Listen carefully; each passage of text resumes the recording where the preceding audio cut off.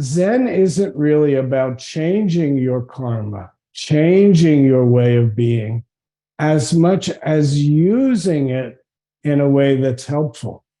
So, with what kind of mind do we meet this moment? The Buddha talked about the middle way, not too tight, not too loose. If we have this idea that we need to get rid of all the what we call negative characteristics that we have, we just start cutting off our own nature. But if we're too lackadaisical and too allowing, then we can really do damage. So how do we find our way in this particular moment? We meet the situation as it arises. And how do we know what to do? What comes next? In our school, we have this phrase, correct situation, correct relationship, and correct function. How do we find our way right down the middle to perceive what's happening and find a response that's helpful? Sometimes that helpful response might come out of fear or even anger. Fear and anger are attributes that we might call negative, but actually, at times, they're quite helpful.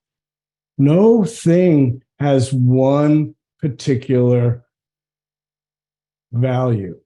In other words, if you're a parent and your child is about to put their hand on a hot stove, that rise of fear might make you move in a way that you wouldn't move ordinarily.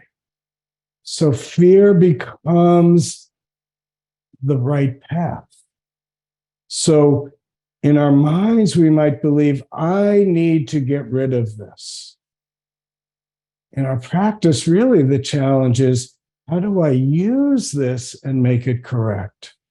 I was on a retreat once with this Japanese Zen master called Harada Roshi. It was up, actually, it was on Vashon Island outside of Seattle.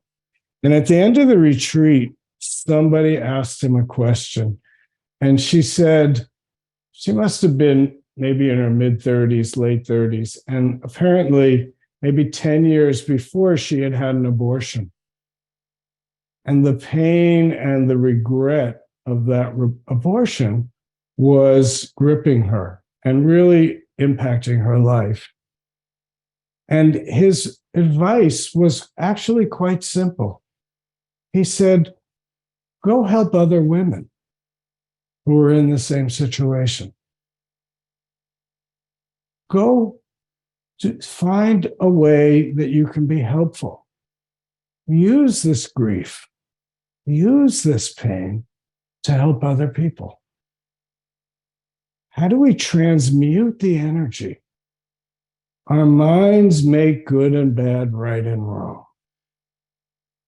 But underneath, how do we use it